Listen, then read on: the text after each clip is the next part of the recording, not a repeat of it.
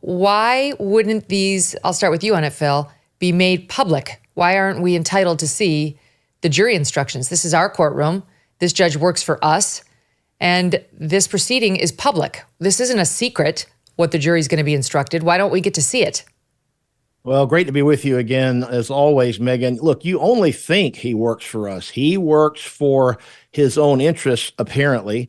The jury charges, as you mentioned, are very critical because this is the instructions the jury will have with them in the jury room when they're trying to figure out what in the world. I can't even figure out exactly what the state's theory of the case is, but this man, and I'm speaking of Merchan here, he has shown every step of the way, in my view, that he's literally standing on the scales, tipping it in favor of Alvin Bragg. I don't expect that he's going to release the jury charges. He doesn't have to. He has to give them to the parties, of course, and they can suggest last-minute revisions and edits. But unless we get it from any of the lawyers on the case, I'm not going to hold my breath waiting on Merchan to allow any more sunshine to get into this case. Sunshine being the best disinfectant because the whole thing reeks right now. He's going to keep this as non-transparent as he possibly can so that the public is going to be left in the dark, I'm afraid.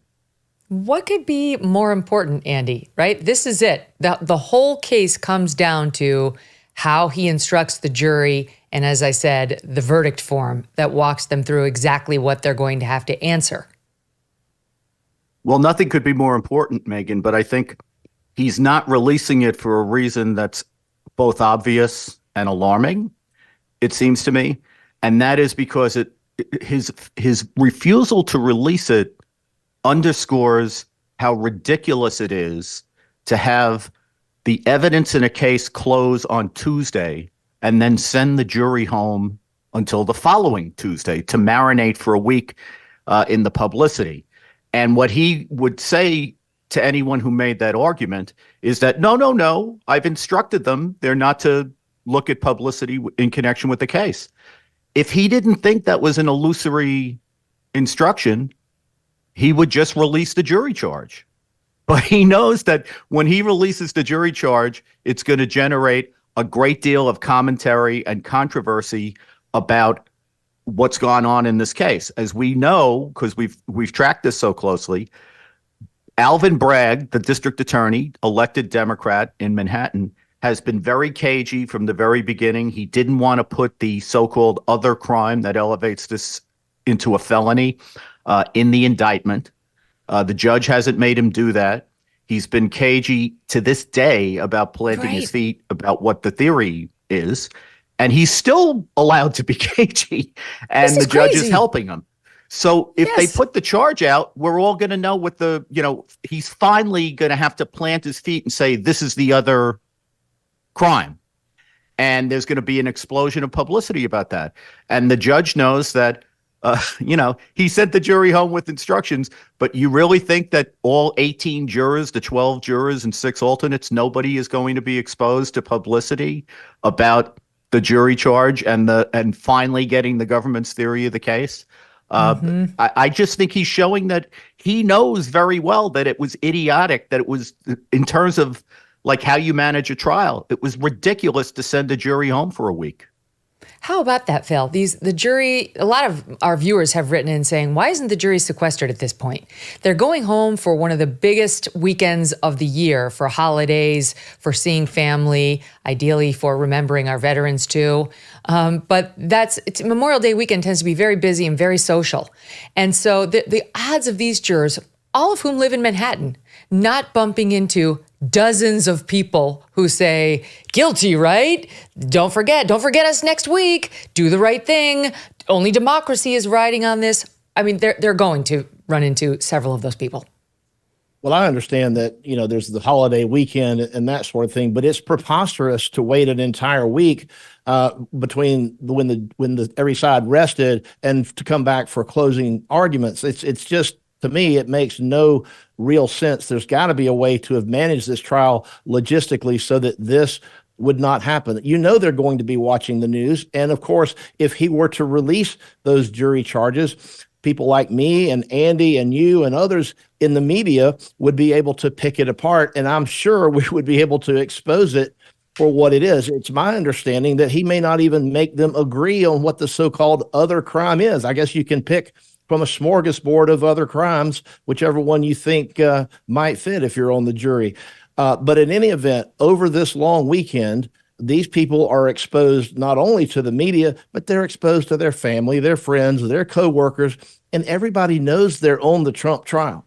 And we all know that jurors oftentimes don't listen to the judge's instructions. They do talk about the case. They do listen to what their friends and their family say. And look, if you are in a Trump-hating office building, let's say, and you're exposed to your coworkers, you're going to feel immense pressure, social pressure to conform and do what your coworkers and your peers might want you to do because everybody else there sort of hates Trump. And this is the problem that I've had all along with this case where the jury's not being sequestered. Of course, it's expensive. It costs money.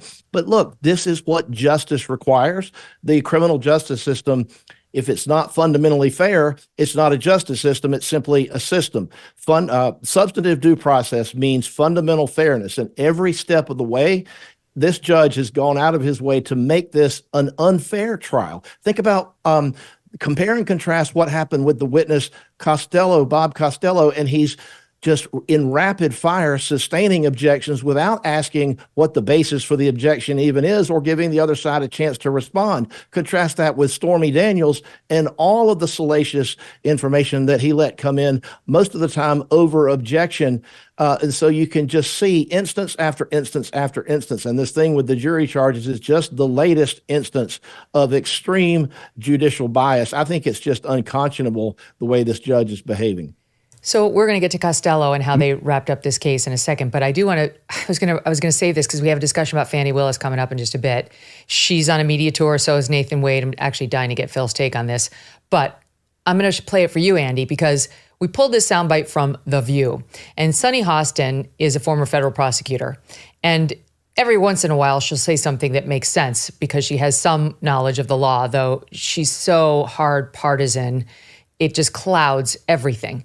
But listen to this particular soundbite. They're reacting to the media tour of Fani in particular, I think here.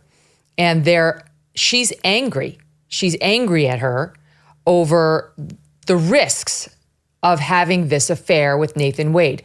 And I'm going to tie it together with the Trump New York trial at the end, but just listen to the soundbite. My father told me when I first started out in the business community that, listen, an office romance is professional suicide.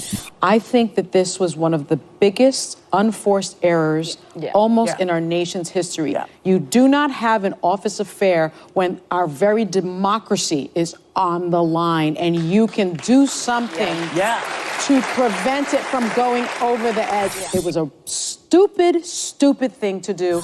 But, love is funny. Yeah. Or lust is funny. Both are funny. Because you can't always predict it. Mm-hmm. And then you're thinking and you suddenly are in it and you think, oh my God, I don't want to be here. Can you fall in love after you save democracy though? So look at the consternation at Fani and Nathan for having an extramarital affair in his case, because they needed to save democracy.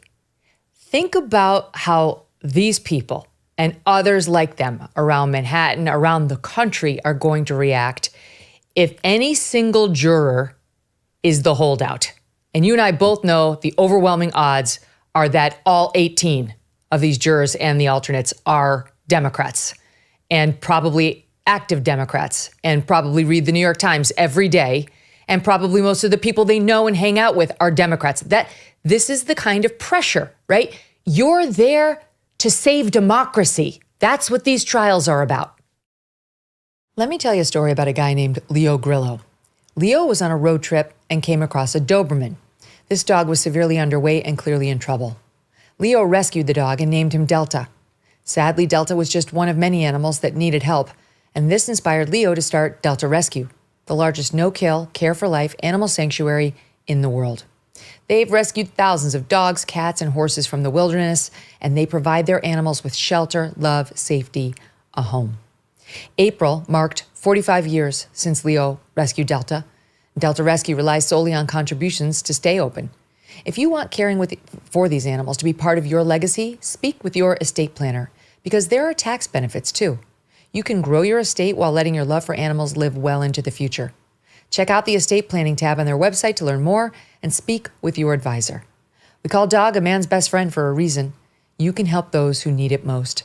Visit deltarescue.org today to learn more. That's deltarescue.org. Hey, thanks so much for watching. If you like what you just saw, hit the subscribe button for more clips and full episodes.